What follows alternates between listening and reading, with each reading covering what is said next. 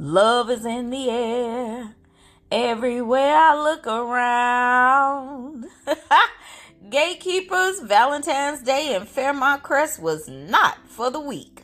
We got romance, chaos, dirty texting, cracked mirrors, dream homes, and yes, handcuffs.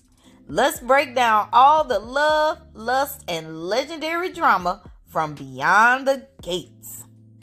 So we start off with Vernon and Anita, and Vernon shows up with roses and saltwater taffy. He understood the assignment. Anita surprises him with a Valentine's retrospective and starts singing. You could tell her voice wasn't at full strength, so she would let the song play some, but the sentiment was still there. Vernon instantly recognizes the song tied to their history. Now we love a couple with memories and melody. They end the night dancing and celebrating their love. Now gatekeepers, this is how you do grown folks love on Valentine's Day. Meanwhile, Nicole and Kat celebrate Galentines in style at the country club. Nicole is rocking her exclusive Chelsea Cat purse, not being sold online just yet. Kat is impressed, but even more impressed that her mama turned down 2 dates for her. Then both of their phones start blowing up. Kyle and Carlton are texting Nicole, and Tomas is texting Kat. So both of them start responding to their text messages, but hiding the fact that they're responding under the table. For me, this scene was giving, I love you, but I really don't want to be here with you. I would rather be with other people. The whole scene was just dumb to me, but that's just me. Moving on, Martin gives Smitty Valentine's present, including tickets to Costa Rica. But they have to leave the next day. Smitty says, I can't leave because I'm in the middle of an investigation piece I'm working on. Well, can't you just tell them that you're going to be gone for about a week? No.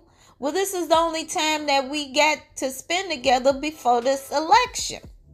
Well, I guess we'll just have to postpone the trip until after the election and the investigation is over.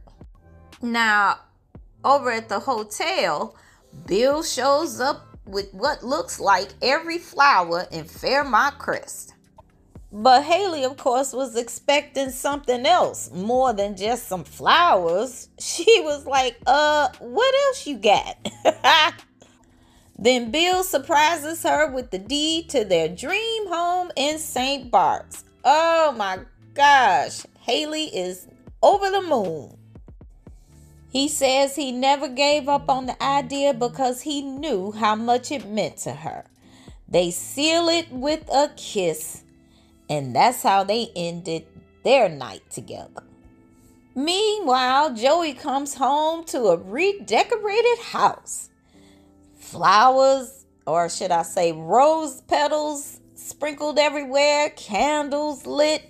Vanessa, what's going on in here? Vanessa appears in her red dominatrix outfit and a black wig. Go on, Vanessa.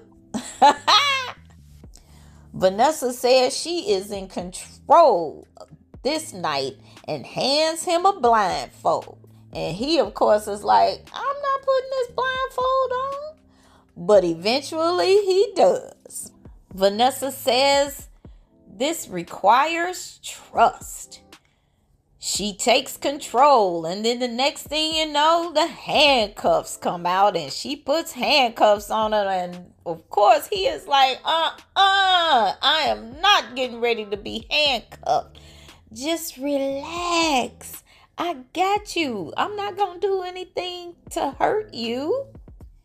She reassures him and tells him to submit to the experiment. He fears danger, but she insists it's about trust. And then eventually she releases him and rewards him by handing control back to him. Now this storyline is about power, trust, and vulnerability. But was Joey truly comfortable? Or is this a setup for future tension? Gatekeepers, I need your thoughts on this one. Meanwhile, Leslie and Eva are at Orphe Jean. Leslie thinks the restaurant isn't the right atmosphere for Valentine's Day. Like, he's coming here? Y'all having Valentine's Day here? Y'all supposed to be at a fancy restaurant, not Orphe Jean's.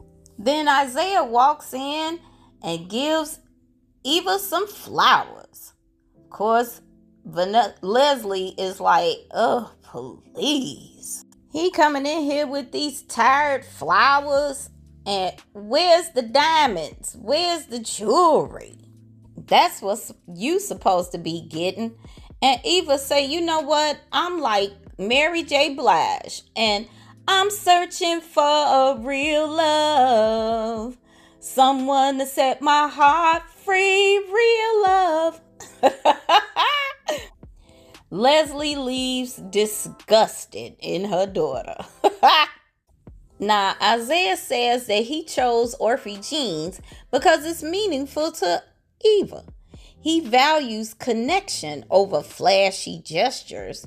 But now, after Leslie leaves, disappointed in Isaiah showing up with flowers he got from the grocery store, he gifts Eva with a beautiful necklace. She, of course, is stunned and is like, oh, wow, I wasn't expecting you to buy me anything because I didn't get you anything. All I got you was a card that I hand wrote. And that was the best gift ever for him. They kiss, and this was soft, intentional, and beautiful. Later, Leslie, aka Foxy Brown, calls up Marcel, aka Shaft, and leaves a voicemail message about it being Valentine's Day, and I know you got something planned for me. So meet me at Uptown, where I'll be wearing pretty much nothing under my coat. Marcel calls her back and says, well, no can do. I'm still working and I'm just halfway through my shift. And besides, we hadn't planned nothing. What makes you think that we was going to hook up today? Because it's Valentine's Day. And she hangs up on him. Now, Shanice and Ted show up at Uptown. And Shanice is wearing that dress that Ted bought her and it's fitting her like a glove. Now, the reason why they meeting at Uptown is because Ted accidentally booked Valentine's dinner at this exclusive restaurant for 2027, not 2026. Okay, side note, Gatekeepers, have you noticed that every time somebody makes dinner reservations at these other exclusive restaurants, plans get canceled? And why? Because they don't have the set built for these restaurants yet.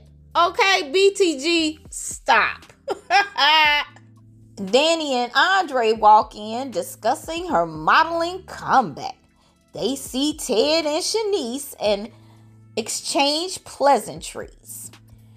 Dani suggests that maybe at some point they can go on a double date. Everyone says things are better since Ted disentangled himself from Leslie. And right on cue, Leslie enters. Now Shanice wants some smoke. Dani say, girl, no problem. I got your back. And they tag team Leslie. Leslie fires back with, you trifling garden tools. And as she walks out, she lays a hand on Ted's chest. Ooh, a dramatic exit, to say the least. And then later, Leslie returns to her hotel. She stares at herself in the mirror with her bonnet on. Tears well up in her eyes, and she throws a glass at the mirror and cracks it. Now, gatekeepers, that cracked mirror, that was symbolism. Do y'all think Leslie is unraveling? From sweet nostalgia to spicy blindfolds, from dream homes to cracked mirrors, Valentine's Day in Fairmont Crest did not disappoint. Now, gatekeepers, tell me, is Leslie officially spiraling? Are Nicole and Kat doing too much? Yes. Was Vanessa empowering or pushing boundaries? And who had the best Valentine's night? Drop your thoughts in the comments.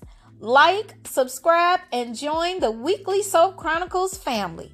Because in Fairmont Crest, love is temporary, but drama is forever. See you in the next recap, gatekeepers. Bye.